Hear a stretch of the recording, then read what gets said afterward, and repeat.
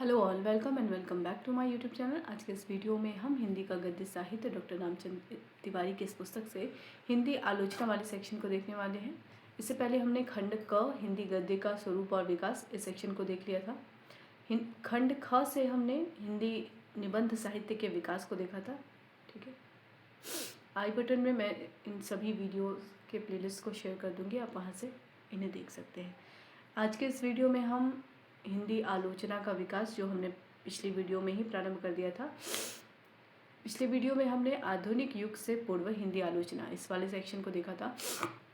आज के इस वीडियो में हम आधुनिक युग भारतेंदु काल समीक्षा, सिद्धांतों में नया मोड़, पत्र पत्रिकाओं में पुस्तक समीक्षा, नवीन व्यवहारिक समीक्षा का सूत्रपात, इन सभी सब टॉपिक्स को देखने वाले हैं। ठीक है, तो मूलतः यह जो सेक्शन है वह भारतेंदु काल की आलोचना को हम देखने वाले हैं, जिसमें उसके उद्भव और विकास को हम समझेंगे। ठीक है, तो चलते हैं अपने मेन टॉपिक की ओर।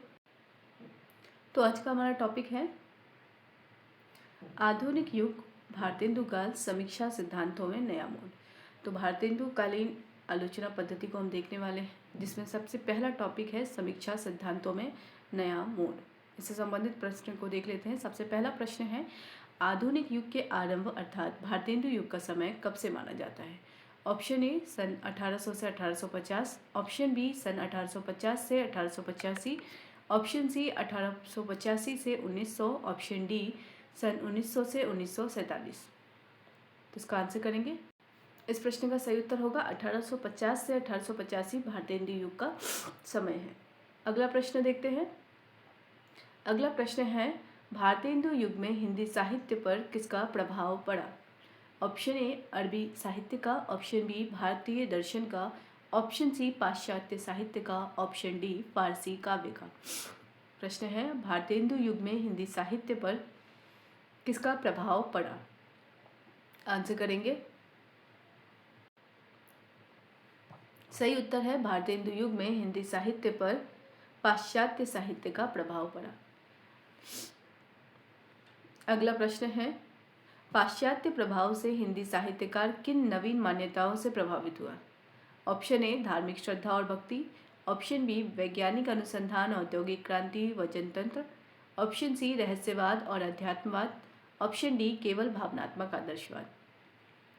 पाश्चात्य प्रभाव से हिंदी साहित्यकार किन नवीन मान्यताओं से प्रभावित हुए हैं? इसका सही उत्तर होगा वैज्ञानिक अनुसंधान, औद्योगिक क्रांति और जनतांत्रिक जीवन व्यवस्था, विचार स्वातंत्र्य, जीवन के प्रति बौद्धिक एवं उपयोगितावादी दृष्टिकोण। तो पाश्चात्य प्रभाव क्या पड़ा है हिंदी साहित्यकारों पर? उन्होंने सीखा वैज्ञानिक अनुसंधान करना, औद्योगिक क्रांति से प्रभावित हुए हैं, राष्ट्रीय एकता, जनतांत्रिक जीवन व्यवस्था से परिचित हुए हैं, विचार स्वातंत्र्य से प्रभावित हुए हैं, तथा जीवन के प्रति जो बौद्धिक एवं उपयोगितावादी दृष्टिकोण है उसे भी हिंदी साहित्यकारों ने अपनाया है। अगला प्रश्न है, भारतेंदु हरिश्चंद्र को किस युग की साहित्य चेतना का अरुणोदय कहा गया है? ऑप्शन ए भक्तिकाल, ऑप्शन बी रीतिकाल, ऑप्शन सी जागरण युग, ऑप्शन डी नव जागरण युग। आंसर करेंगे। तो इस प्रश्न का सही उत्तर होगा भारतेंदु हरिश्चंद्र को किस युग की साहित्य चेतना का अरुणोदय कहा गया है? तो जागरण युग का सही उत्तर होगा। अगला प्रश्न है, सिद्धांततः भारतेंदु हरिश्चंद्र को क्या कहा जा सकता है? ऑप्शन ए भक्तिवादी, ऑप्शन बी रसवादी, ऑप्शन सी अनुभूतिवादी, ऑप्शन डी तर्कवादी। तो इस प्रश्न का सही उत्तर क्या होगा? सिद्धांततः भारतेंदु हरिश्चंद्र को रसवादी कहा जा सकता है। तो option B is the correct answer. रसवादी क्यों कहा जा रहा है? क्योंकि उन्होंने लिखा है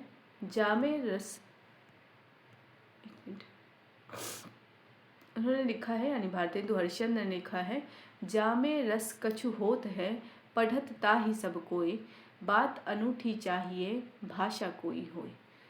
तो कहने का तात्पर्य क्या है कि जिसमें भी रस होगा, रस निहित होगा, उसे सब कोई पढ़ना चाहेगा। बात कैसी भी हो, भाषा कैसी भी हो, बात अनूठी होनी चाहिए।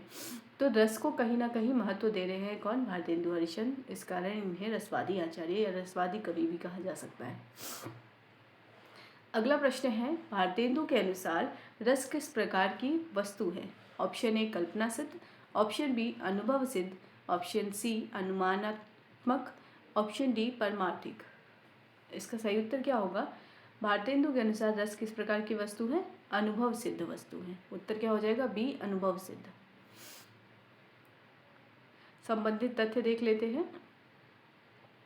रस संबंधी मान्यता में परिवर्तन और विकास के समर्थक थे। कौन? भारतेंदु हरिश्चंद्र। भारतेंदु हरिश्चंद्र ने अपनी प्रसिद्ध समीक्षा ग्रंथ नाटक में लिखा है। उनकी समीक्षा ग्रंथ कौन सी है? नाटक। इस नाटक में उन्होंने लिखा है, वाह वाह, रसों का मानना भी वेद के धर्म का मानना है कि जो लिखा है वही माना जाए, और इसके अतिरिक्त करे तो पतित होए। रस ऐसी वस्तु है जो अनुभव सिद्ध है, इसके मानने में प्राचीनों की कोई आवश्यकता नहीं है। यदि अनुभव में आवे मानिए, ना आवे ना मानिए। तो रस के लिए वो क्या कह रहे हैं कि वो अनुभव सिद्ध चीज़ है, वस्तु है, और इसको मानने के लिए कोई प्राचीन आधार नहीं चाहिए। इसमें यह है कि आपके अनुभव में अगर रस का आप आस्वाद ले पाते हैं तो आप उसे मानिए, और अगर नहीं आता है तो उसे ना मानिए। तो इनके अनुसार क्या है? रस क्या है? अनुभव सिद्ध वस्तु है। अगला प्रश्न है, भारतेंदु के अनुसार नाटकों की रचना किस आधार पर होनी चाहिए? ऑप्शन ए, केवल प्राचीन मतों के आधार पर, ऑप्शन बी, केवल धार्मिक परंपराओं पर, ऑप्शन सी, युग प्रवृत्ति के अनुकूल, ऑप्शन डी, संस्कृत साहित्य के अनुकरण में। तो भारतेंदु के अनुसार नाटकों की रचना किस आधार पर होनी चाहिए? तो इसका सही उत्तर क्या हो जाएगा? युग प्रवृत्ति के अनुकूल होनी चाहिए। नाटकों की रचना किस आधार पर होनी चाहिए? युग प्रवृत्ति के अनुकूल होनी चाहिए। हम भारतेंदु युग की आलोचना पद्धति को देख रहे हैं, उसके विकास को देख रहे हैं, उससे संबंधित प्रश्नों को ही हम अभी फिलहाल देखेंगे। संबंधित तथ्य देख लेते हैं। यानी अगर उनके अनुसार नाटकों की रचना किनके अनुसार होनी चाहिए? युग के अनुकूल होना चाहिए। तो भारतेंदु ने अपने प्रसिद्ध समीक्षा ग्रंथ नाटक में ही लिखा है, वर्तमान समय में क्या लिखा है? वर्तमान समय में इस काल के कवि तथा सामाजिक लोगों की रुचि उस काल की अपेक्षा अनेकांश में विलक्षण है। इससे संप्रति प्राचीन मत अवलंब करके नाटक आदि दृश्य काव्य लिखना युक्ति संगत नहीं बोध होता है। यानी अगर आज हम नाटक की रचना कर रहे हैं तो उसे प्राचीन परंपराओं से जोड़ने से बेहतर है कि हम आज के अनुकूल लिखें। यानी युग प्रवृत्ति, यानी आज की जो प्रवृत्ति है उनके अनुकूल नाटकों की रचना होनी चाहिए। मूल उनका कहने का जो है सार वो यही है। अगला प्रश्न देखते हैं, भारतेंदु का जीवन और साहित्य के प्रति दृष्टिकोण कैसा था? ऑप्शन ए, धार्मिक और पारंपरिक, ऑप्शन बी, सुधारवादी और युगानुकूल, ऑप्शन सी, रहस्यवादी, ऑप्शन डी, केवल सौंदर्यवादी। तो आंसर क्या होगा? सुधारवादी और युगानुकूल है। साहित्य और जीवन के प्रति दृष्टिकोण कैसा है इनका? सुधारवादी और युगानुकूल है। अगला प्रश्न है, आधुनिक युग में अनुभव सिद्ध वस्तु को ही स्वीकार करने की विचारधारा का मूल क्या है? ऑप्शन ए, भक्तिभाव, ऑप्शन बी, वैज्ञानिक एवं बुद्धिवादी दृष्टिकोण, ऑप्शन सी, कल्पनाशील प्रवृत्ति, ऑप्शन डी, दर्शन शास्त्र। तो सही उत्तर क्या होगा? अनुभव सिद्ध वस्तु को ही स्वीकार करने की जो विचारधारा है आधुनिक युग में, इसे वैज्ञानिक एवं बुद्धिवादी दृष्टिकोण कहेंगे। ठीक है, जो अनुभव सिद्ध हो उन्हें ही स्वीकार करना चाहिए। ये जो विचारधारा है यह वैज्ञानिक एवं बुद्धिवादी दृष्टिकोण का परिचायक है। अगला जो प्रश्न है वह है, भारतेंदु हरिश्चंद्र के विचारों में पाश्चात्य प्रभाव का मुख्य द्योतक क्या है? ऑप्शन ए, अनुभूति और तर्क का महत्व, ऑप्शन बी, संस्कृत परंपरा का पालन, ऑप्शन सी, भक्तिभाव की पुनर्स्थापना, ऑप्शन डी, अध्यात्मवाद का प्रचार। तो भारतेंदु के विचारों में अगर हम पाश्चात्य प्रभाव को देखें तो उसका मुख्य द्योतक क्या है? अनुभूति और तर्क का महत्व। यानी अनुभूति भी है और उसमें तर्क भी है, तो दोनों का जो महत्व है वो पाश्चात्य प्रभाव का द्योतक है। अगला जो टॉपिक है यानी भारतेंदु काल की या भारतेंदु युग की समीक्षा या आलोचना की के दूसरे टॉपिक पे हम बढ़ते हैं। दूसरा टॉपिक है पत्र पत्रिकाओं में पुस्तक समीक्षा, नवीन व्यवहारिक समीक्षा का सूत्रपात। इससे संबंधित पहला प्रश्न है, भारतेंदु हरिश्चंद्र द्वारा संपादित कविवचन सुधा पत्रिका का प्रकाशन किस वर्ष हुआ है? हम फिर से देख लेते हैं। यानी पहले जो हमने देखा, पहले जो हमने अभी टॉपिक जो शीर्षक कंप्लीट किया, उस शीर्षक के अंतर्गत अगर हम देखें तो वहाँ पे समीक्षा किस रूप में दिखाई दे रही है? तो पाश्चात्य प्रभाव के रूप में दिखाई दे रही है। यानी पूरी तरीके से वह हिंदी में अपने आप या स्वतंत्र रूप से नहीं उपजी है, वो कहीं ना कहीं पाश्चात्य जो रचनाएं हैं उनसे प्रभावित होकर हमको किसी किसी रूप में वो दिखाई दे रही है। जैसे तर्क का जो महत्व है, या फिर अगर हम बात करें वैज्ञानिक या बुद्धिवादी दृष्टिकोण या उपयोगितावादी दृष्टिकोण, ये कहीं ना कहीं पाश्चात्य प्रभाव से आया। अब भारतेंदु युग में उस प्रकार से समीक्षात्मक रचनाओं का विकास नहीं हो पाया, या आलोचनात्मक जो रचनाएं हैं वो उस रूप में हमें नहीं दिखाई दे रही है, लेकिन जो उसका विकास है उसे हम इस युग में ज़रूर देख सकते हैं। अब अगर हम बात करें आलोचना जो विधा है वो कहीं ना कहीं, या कोई भी विधा पत्र पत्रिकाओं के माध्यम से प्रसार या प्रचार पाती है। ठीक है, तो पत्र पत्रिकाओं का चूँकि भारतेंदु युग से में अगर हम देखें तो उसका विकास बहुत अधिक हुआ है और उसका महत्व भी बहुत अधिक रहा है। तो अगर हम पत्र पत्रिकाओं के माध्यम से देखें तो पहले पुस्तक समीक्षा लिखी जाती थी। तो पुस्तक समीक्षा केवल पुस्तक परिचय तक नहीं थी, वो आगे उस रूप में विकास पाती गई और आलोचना विधा एक स्वतंत्र विधा के रूप में वह दिखाई देने लगी। तो अभी हम देखते हैं कि पत्र पत्रिकाओं में जो पुस्तक समीक्षा प्रकाशित हो रही थी वो भारतेंदु युग में किस प्रकार से हुई। ठीक है, तो ये भी नवीन व्यवहारिक समीक्षा का यहाँ से एक सूत्रपात हुआ है, इसे इस रूप में हम देखेंगे। तो जो पहला प्रश्न है, भारतेंदु हरिश्चंद्र द्वारा संपादित कवि वचन सुधा पत्रिका का प्रकाशन वर्ष किस वर्ष हुआ है? ऑप्शन है 1873, option B 1868, option C 1877, option D 1881। सही उत्तर 1868 इसका सही उत्तर है। भारतेंदु हरिश्चंद्र द्वारा संपादित कवि वचन सुधा पत्रिका का प्रकाशन वर्ष क्या है? 1868। अगला जो प्रश्न है वह है हरिश्चंद्र पत्रिका। ये दो जो पत्रिका है ये भारतेंदु युग की पत्रिका है, यानी कवि वचन सुधा और हरिश्चंद्र चंद्रिका। ये भारतेंदु हरिश्चंद्र की भी पत्रिका है। ठीक है, इनके द्वारा संपादित है। हरिश्चंद्र चंद्रिका पत्रिका की स्थापना कब हुई थी? Option 1873, option B 1883, option C 1877, option D 1881। तो इसका सही उत्तर क्या होगा? हरिश्चंद्र मैगजीन जो है, हरिश्चंद्र चंद्रिका जो है, यह 1873 में प्रकाशित हुई। इससे संबंधित तथ्य देख लेते हैं। तथ्य के रूप में अगर हम देखें तो पत्रों के माध्यम से हिंदी आलोचना का एक नया रूप भी भारतेंदु युग में ढलने लगा। भारतेंदु द्वारा संपादित कवि वचन सुधा 1868, हरिश्चंद्र चंद्रिका 1873 में समीक्षा के स्तंभ भी रहते थे। ठीक है, स्तंभ के रूप में एक समीक्षा जो है शीर्षक रहा करता था, जिसके अंतर्गत जितनी भी पुस्तक समीक्षा थी वो प्रकाशित हुआ करती थी। ठीक है, तो कवि वचन सुधा और हरिश्चंद्र चंद्रिका, इन दोनों में स्तंभ के रूप में समीक्षा रहती थी। अगला प्रश्न है, निम्नलिखित में से कौन सी पत्रिका पंडित बालकृष्ण भट्ट द्वारा संपादित थी? Option A Bharat Mitra, option B Brahman, option C Hindi Pradeep, option D Anand Kadambini. तो इसका सही उत्तर क्या होगा? इसका सही उत्तर होगा हिंदी प्रदीप। बालकृष्ण भट्ट द्वारा संपादित पत्रिका कौन सी थी? हिंदी प्रदीप। हिंदी प्रदीप का अगर हम समय देखें तो 1877 हमारे लिए महत्वपूर्ण है। ये 1877। 68 में है कवि वचन सुधा, हरिश्चंद्र मैगजीन 1873, हिंदी प्रदीप 1877। अगला प्रश्न है, 1880 ईस्वी के पूर्व प्रकाशित आलोचनाएं कैसी थी? 80 से पूर्व जितनी भी आलोचना प्रकाशित हुई वे कैसी थी? ऑप्शन ए अत्यंत गंभीर और विश्लेषणात्मक, ऑप्शन बी अत्यंत परिचयात्मक और साधारण कोटि की, ऑप्शन सी केवल साहित्यिक समाचारों पर आधारित, ऑप्शन डी केवल कवियों के जीवन वृत्त पर आधारित। सही उत्तर क्या होगा? सही उत्तर होगा अत्यंत परिचयात्मक और साधारण कोटि की।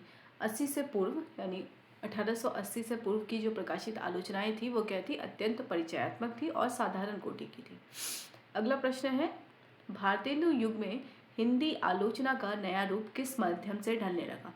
ऑप्शन ए नाट्य मंचन, ऑप्शन बी लोकगीतों के संग्रह, ऑप्शन सी पत्र पत्रिकाओं के प्रकाशन, ऑप्शन डी कथा संग्रहों के प्रकाशन। तो सही उत्तर क्या होगा? भारतेंदु युग में हिंदी आलोचना का नया रूप किस माध्यम से ढलने लगा? ऑप्शन सी पत्र पत्रिकाओं के प्रकाशन से। अगला जो प्रश्न है वह है, भारत मित्र पत्रिका का प्रकाशन कब हुआ था? Option A 1877, option B 1868, option C 1873, option D 1881। तो इसका सही उत्तर क्या होगा? 1881। भारत मित्र का प्रकाशन 1877। भारत मित्र का प्रकाशन क्या है? 1877। अगला जो प्रश्न है वह है, भारतेंदु युग की आलोचना में क्या नई प्रवृत्ति देखने को मिली? ऑप्शन ए भावुक रचनाएं, ऑप्शन बी व्यावहारिक आलोचना का सूत्रपात, ऑप्शन सी कविताओं का अनुवाद, ऑप्शन डी ऐतिहासिक लेखन की प्रवृत्ति। तो इसका सही उत्तर क्या होगा? इसका सही उत्तर है व्यावहारिक आलोचना का सूत्रपात। भारतेंदु युग की आलोचना में क्या नई प्रवृत्ति देखने को मिली? व्यावहारिक आलोचना का सूत्रपात। अगला प्रश्न है ब्राह्मण पत्रिका का प्रकाशन कब हुआ था? Option A 1873, option B 1877, option C 1883, option D 1881।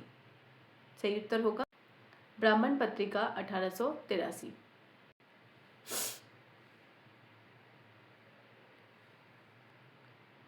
का प्रकाशन वर्ष है। अगला है आनंद कादंबनी का प्रकाशन वर्ष कब हुआ? तो इसका सही उत्तर क्या होगा? पहले ऑप्शन देख लेते हैं। आनंद कादंबनी का पत्रिका का प्रकाशन कब हुआ था? Option A 1873, option B 1877, option C 1883, option D 1881। सही उत्तर होगा 1881 आनंद कादंबनी। अगला प्रश्न है किस पत्रिका में समीक्षा के स्तंभ नियमित रूप से रहते थे? हमने प्रारंभ में किया है तथ्य के रूप में इस प्रश्न को। Bharat Mitra option A, option B कविवचन सुधा और हरिश्चंद्र चंद्रिका, ऑप्शन सी आनंद कादंबनी, ऑप्शन डी हिंदी प्रदीप। सही उत्तर होगा समीक्षा के स्तंभ नियमित रूप से कविवचन सुधा और हरिश्चंद्र चंद्रिका में रहते थे। तो इसका सही उत्तर होगा बी कविवचन सुधा और हरिश्चंद्र चंद्रिका। अगला प्रश्न है भारतेंदु युग में साहित्यिक आलोचना के विकास का मुख्य कारण क्या था? ऑप्शन ए कवियों की संख्या में वृद्धि, ऑप्शन बी संस्कृत ग्रंथों का अनुवाद, ऑप्शन सी पत्र पत्रिकाओं का प्रसार, ऑप्शन डी विदेशी शिक्षा का प्रभाव। सही उत्तर होगा पत्र पत्रिकाओं का प्रसार साहित्यिक आलोचना के विकास का मुख्य कारण था। तो यहाँ तक हमने देखा भारतेंदु युग की आलोचना किस रूप में विकास पा रही थी, तो उसमें कहीं ना कहीं महत्वपूर्ण थी पत्र पत्रिकाएं। तो पत्र पत्रिकाओं के माध्यम से जो आलोचना का विकास हुआ है भारतेंदु युग में वह समीक्षा रूप में हुआ है। जैसे पुस्तक समीक्षा का जो एक अलग स्तंभ रहा है कविवचन सुधा और हरिश्चंद्र चंद्रिका में, तो इस रूप में भारतेंदु जो काल है या युग है वह महत्वपूर्ण रहा है आलोचना के लिए। तो हमने भारतेंदु काल की आलोचना को देख लिया, उसके विकास और उद्भव को देख लिया। अब हम पढ़ेंगे आधुनिक काल द्विवेदी युग से। ठीक है, तो द्विवेदी युग में हिंदी आलोचना का क्या स्वरूप रहा है, कौन कौन से आलोचक इस युग में आए और उनकी क्या आलोचनात्मक कृतियाँ रही हैं, वो हम अगले वीडियो में देखेंगे द्विवेदी युग के अंतर्गत। तो वीडियो को यहीं पे एंड करते हैं। वीडियो को एंड तक देखने के लिए थैंक यू सो मच।